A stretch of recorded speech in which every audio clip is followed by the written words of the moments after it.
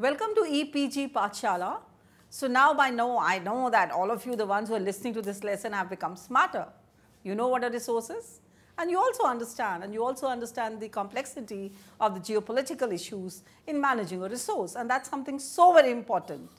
And today we are going to take our journey a little forward in resource geography. I am Dr. Seema Mehra Parihar, who has been teaching resource geography for the last 30 years. I've also done my PhD in natural resource management. I've done my postdoc from ITC Netherlands on the web geoinformatics. So now let's take our journey forward in understanding the subject called natural resource management and resource geography, and the title of today's lecture is Geopolitical Issues Related to Water Crisis. Water, we know, is so very important, and you also have learned in a lesson on water resource. The learning objectives of this particular lesson are: you should be able to, after completing this lesson, understand the global water crisis, analyze the exchange value perspective of resource appraisal, explain the water disputes in South Asia and geopolitical perspective, and also comprehend beyond water politics. Slightly heavy chapter. The key words are hydropolitics, water-stressed countries, riparian countries. Geopolitics, by now I know. In the preceding chapter, you all have become smarter. And if I ask you to recapitulate which name you all have to remember in case you think of geopolitics, of course you'll learn. And we all understand that the international relation is influenced by geographical factors. It is the analysis of the geographic influences on power relationships in global politics which are so very important. And the word geopolitics, of course, I know you all know it, was coined by Rudolf Schiller. And its use spread throughout Europe in the period between the world wars of 1918 and 1939.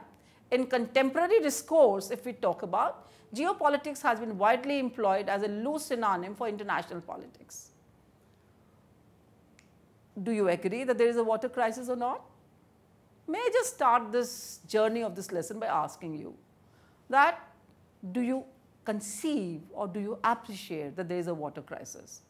Water, we all understand, is the basic necessity for survival of life on earth, and this very fact makes water the center of politics. The importance of water in global politics came into light with the opening up of new horizons for the free market capitalism. It need not be doubted that the present mode of production has made the most ubiquitous resource of the rare one. The idea of commodifying everything, and even that too in water on one hand, has created the crisis of water. Of course, we all know that the moment we think of water, we say water, water everywhere, but not a drop to drink. That idea itself is an idea which creates conflict around us. So the one who is having more water, the one who is having less water, the one who is having more fresh water, the one who is having less fresh water, is again an idea, and also something that leads to a region which is water scarce region or water more region. When the third world countries like that of India faces water scarcity, then it is the water packaging companies that are to be blamed. Isn't it ironical? Clearly, through the means of water capital, imperial states facilitates capital accumulation through the primitive means, and the crisis began. In the advanced capitalist countries, people take water almost for granted, or at least they did until recently. Now more and more of the countries have to pay huge bills for water and do the pricing policies, and it's much more worse with over 1 billion having no access. Please note down this line. There are 1 billion people who have no access to safe water. How's the case? We all talk about all values. Water will, of course, one of those commodity or one of that natural resource that in the years to come, in the days to come, will become a source of class conflict, as experience of Bolivia has confirmed. Most of us take it for granted that when we turn on a tap, we have access to safe and clean water to drink, to cook and to wash. However, 20% of the world's population, over 1 billion people, lack access to safe drinking water, and about 2.6 billion people, 40%, imagine 40% has no access to basic sanitation. Isn't this a situation to feel sorry for? The issue of water is one of the largest public health issues, but access to water is primarily a class issue. Without question, the world water crisis condemns billions of people to a perpetual struggle to survive at a subsistence level. Millions are living on less than $1 a day. A third of the world's population lives in water-stressed countries, that is where water is scarce or of poor quality, and that number is expected to rise dramatically over the next 2 decades. Some countries have additional problems. Please note that, including high level of arsenic and fluoride in drinking water. Many women and young girls in rural areas around the world must walk as much as 6 miles every day to fetch water for their families. Do you know this? Even in Uttarakhand region, my work was on that. I have done my research on that. And what you find that women have to walk with a gatta, that bundle of 40 kg or more of the fuel wood, for around 11 kilometers, 12 kilometers, or even more than that. And that is something, imagine, it's something, such a dismal situation. And due to this manual labor, women and children are prevented from pursuing an education or earning an income. Because for them, getting hold of that water is an issue. Yet lack of access to water and sanitation is not just a rural issue. In 2007, for the first time in history, the majority of people will live in urban areas. Even the United Nations admits this, will result in large slum population in sub-Saharan Africa and Asia, and these new city residents face overcrowding, inadequate housing, and a lack of water and sanitation. Not being able to access sanitation and safe water contributes to increased poverty, poor health, and high level of child death. You will all agree. In 2004, we found that so many million of the population, and they died because of not getting enough water. And 90% of those children were under the age of 5. Isn't it a sad situation? Do we want our kids to go through this? Of course, we don't want. Unsafe water is estimated to kill 4,500 children per day. Please note down this.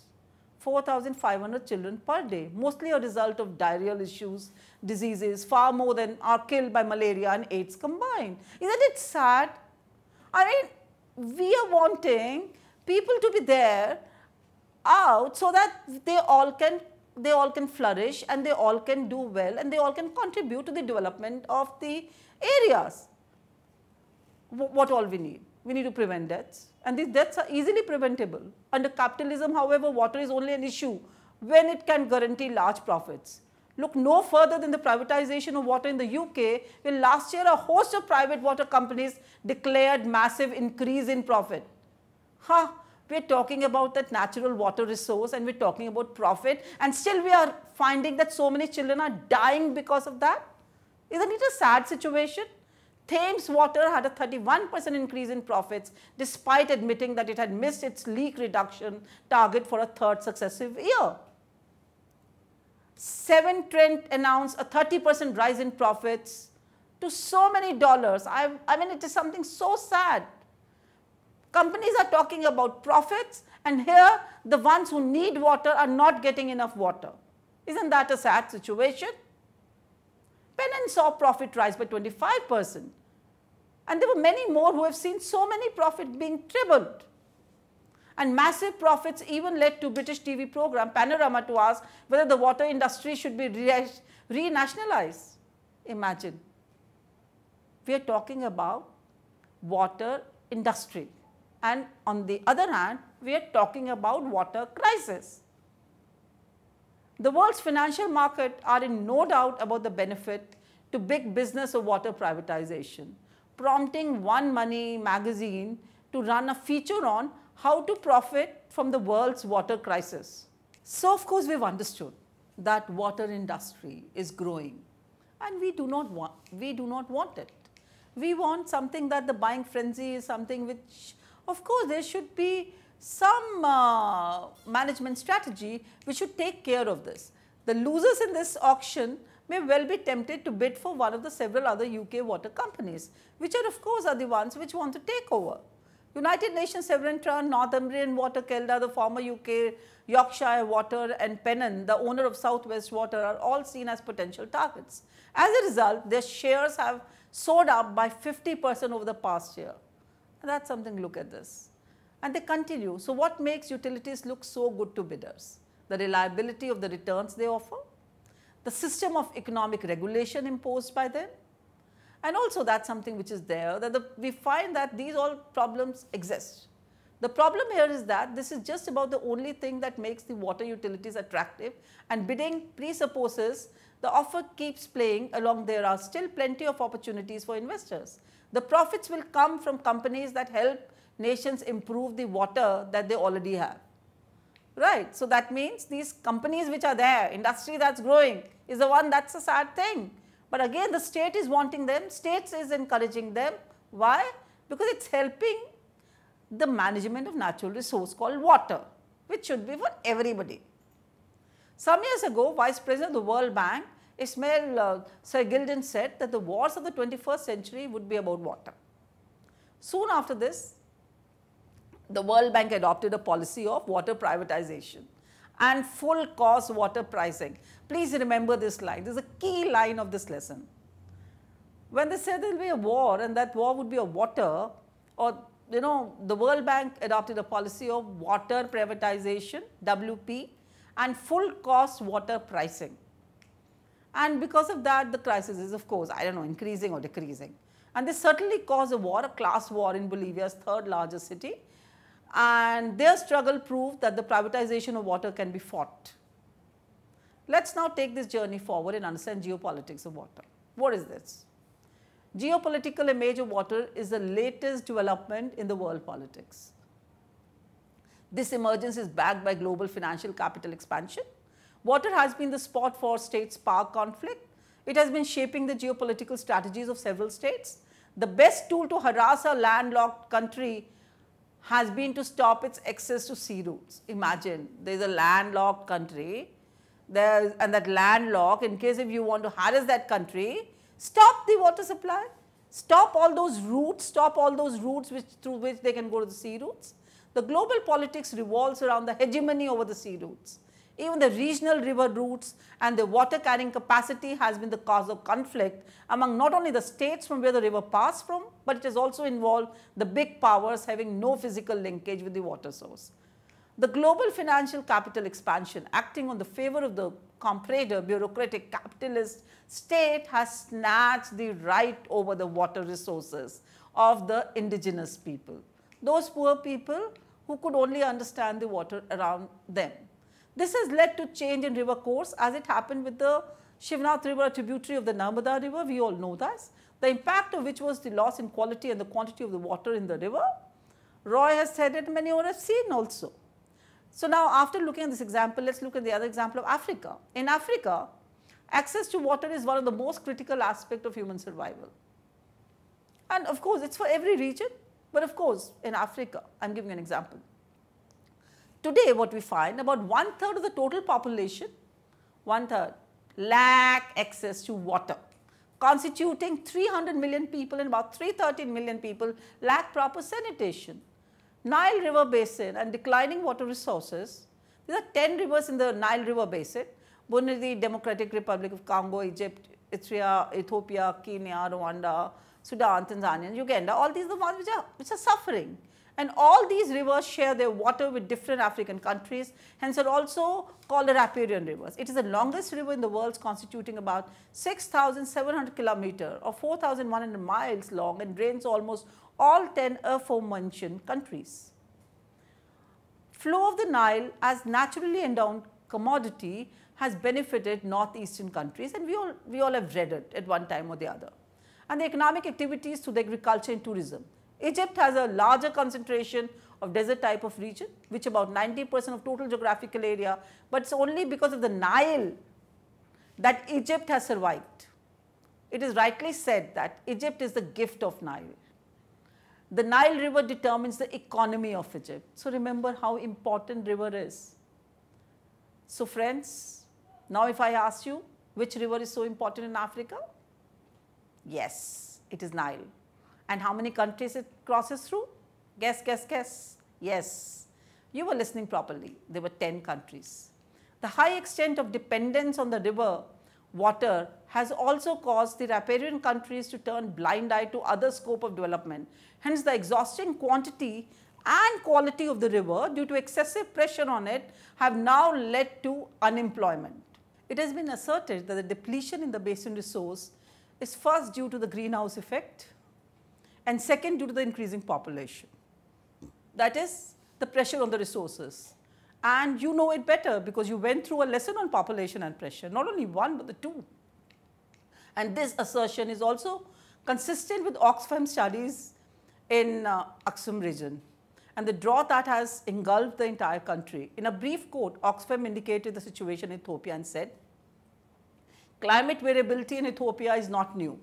But now, in addition to the usual struggles, Ethiopians living in poverty are suffering due to climate change, who are already poor and marginalized, are struggling with the added burden of climate variability. Now, by now you would have understood that how important Nile River is. Development of industrial pollution has led to the degradation of quality and quantity of river flowing in many riparian states.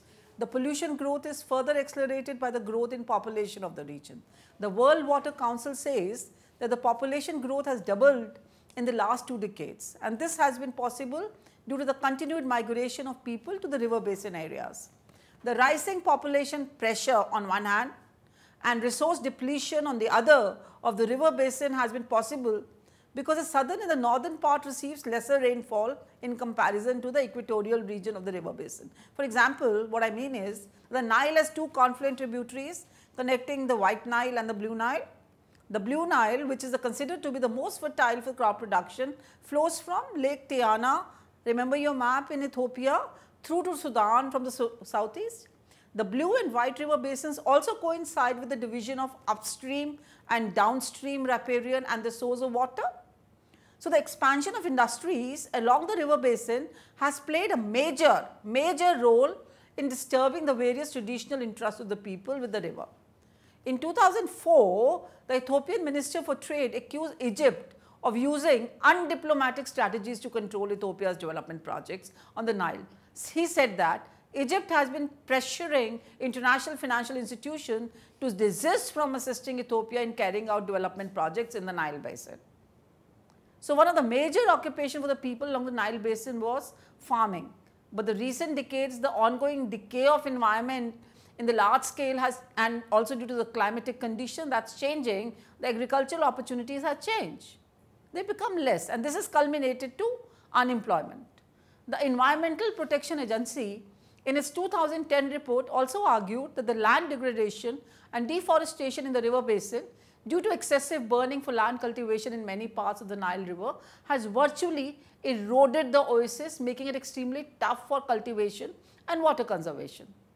So, and before this, if we know in 50s, there were fewer resentments on the Nile water resources by riparian countries. However, with all these changing circumstances such as declining water resources, hunger, diseases, all those countries which are there, they are renegotiating and access to Nile. Kenya along with Ethiopia are indicating that and the MP is stating in the parliament, in the Kenyan parliament, that Kenyans are today importing agriculture produce from Egypt as a result of their use of the Nile water. Look at the negotiation. In a similar statement, Moses Wetangula, the Assistant Minister for Foreign Affairs, remarked, Kenya will not accept any restriction on the use of Lake Victoria or the River Nile. Further added that it, however, does not wish to, be only there so that, it gets involved in other countries. So, that is one example. Let us now look into the other example, and the other example is from South Asia, and we are talking about the dimensions of the Indus and the Ganges river basins. We will talk about these 2 examples. So, one river till now, which one have we discussed? Yes, Nile. And where was this Nile? In Africa. And we saw those 10 countries which were being impacted. Let us now talk about Indus and the Ganges river basin. The 2 major river basins in the northern part of South Asia are the Ganges, we know it, and second is Indus. And these respectively cover the eastern and the western section of the subcontinent. The significant rivers of these 2 basins, that is the Indus, Ganges and Brahmaputra, all originals near Mount Kailash range in Tibet. Therefore, the Indus flows to the west, eventually running into the Arabian Sea. In contrast, the Ganges and Brahmaputra flow down to the south and east and respectively. Both of these rivers eventually link together and discharge in the Bay of Bengal. We all know this. And both of these basins are historically significant as the basis of great civilization. The Ganges Basin is one of the largest in the world. We all know it, covering a population of at least 600 million people. Nevertheless, it's also comparatively one of the most underutilized systems in the world. Its catchment area includes 5 countries: Bangladesh, Bhutan, India, Nepal and China. Although the majority of the downstream sections of the basin are within Bangladesh and India. The Gangetic Delta is also fed by the Indian states of Uttarakhand, part of Uttar Pradesh until 2000, and Sikkim, an independent nation state until 73, as well as the independent nation states of Nepal and Bhutan. Indus Basin is ostensibly a much simpler geopolitical situation than the Ganga Basin, since it only involves 2 countries. The alluvial belt of Indus River comprising of 25% of geographical area in Pakistan, while in India it is 9.8. On the Indian side, the upper part of the basin includes the mountainous state of Jammu and Kashmir and Himachal Pradesh. And the lower part of the basin includes the plain areas of the fertile and productive states of Punjab, yes, the neighbor, Haryana, the semi-arid Rajasthan and the Union Territory of Chandigarh. So, international contestations over the waters are there, of course, in this case, that is between India and Pakistan and India and Bangladesh. Given the importance of these basins, it is unsurprising that the boundaries drawn across them, thus dividing their resources, have been the source of significant controversy. In this sense, the region's defining event was the partition of British India at independence in 1947. After war-weary Britain acceded to demands for the independence of its former colonies, the 2 basins were divided between India and 2 geographically separate halves of the Pakistan. East Pakistan, later to become Bangladesh, was surrounded by upper riparian parts of India's northeastern states, while the delta flowed the Bay of Bengal in both Pakistani East and Indian West Bengal. In the western part of the subcontinent, the resulting partition of India and Pakistan was achieved by drawing a boundary across the Indus Basin, so that the upper riparian territory was claimed by India, while the Indus flows into the entirely within the Pakistan territory. So now what we find is that even the partition impacted the Indus waters distribution also, and that was between India and Pakistan. And this was, when this agreement was made, it was only an interim agreement, and the Indus Water Treaty was finally negotiated between India and Pakistan in 1960. This gave India the eastern river Ravi, Beas and Sutlej, and Pakistan the western river Jhelum, Chenab and Indus itself. Since India was the upper riparian countries, what happened? So there were some restriction placed on its capacity to modify the flow of rivers, obviously, because we know that by now, we know that the upstream and the downstream linkages are there, and river doesn't understand the boundaries or administrative. So believe that the Indus Water Treaty is a significant example of bilateral cooperation between 2 nations that otherwise remain largely mired in seemingly intractable conflicts.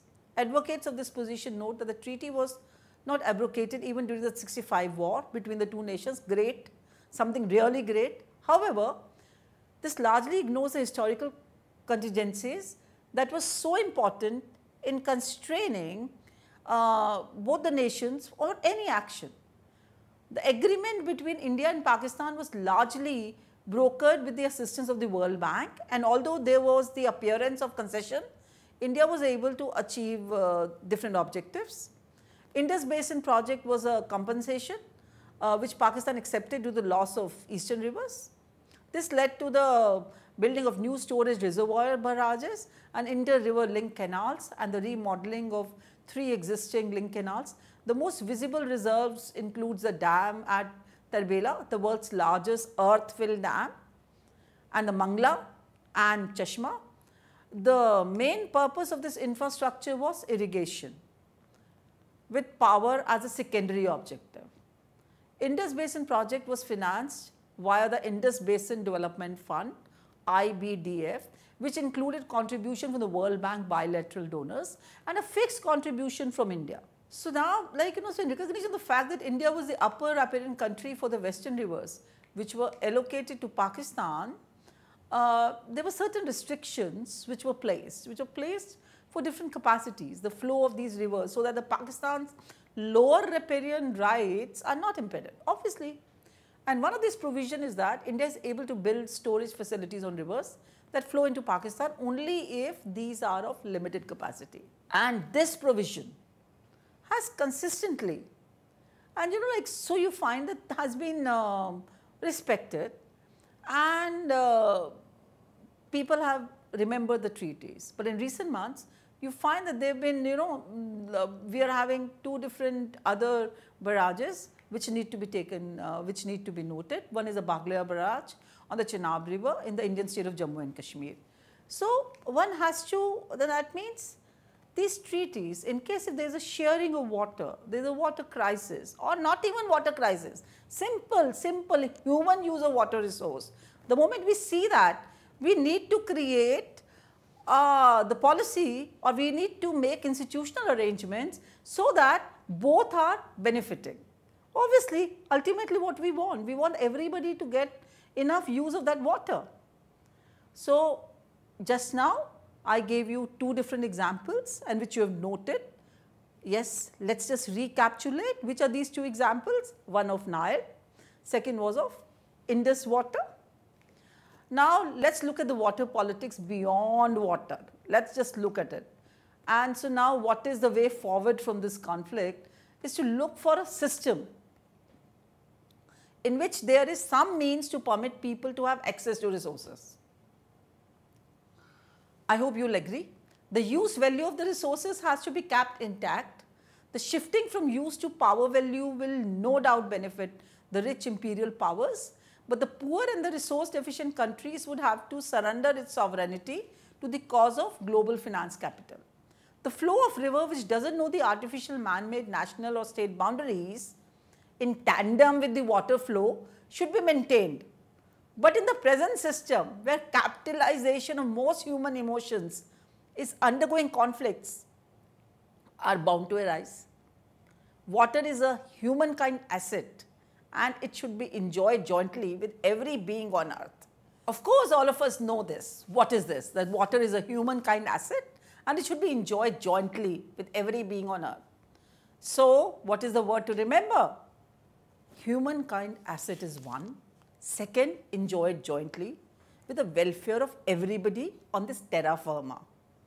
So let's all strive our hands towards it. So what have we learned today? And is that do not commodify every natural resource, and especially water. And we of course have financial capital expansion. Water has been the spot for states' power conflict. It has been shaping the geopolitical strategies of several states. The use value of the resources has to be kept intact. The shifting from use to power value will no doubt benefit the rich imperial powers. Let's try to pray. Let's try to help. Let's try to guide people in finding ways so that everybody around us do not suffer because of the lack of water. Thank you very much. Hope you enjoyed this lecture. I enjoyed it at least. I know you all did it. Thank you very much.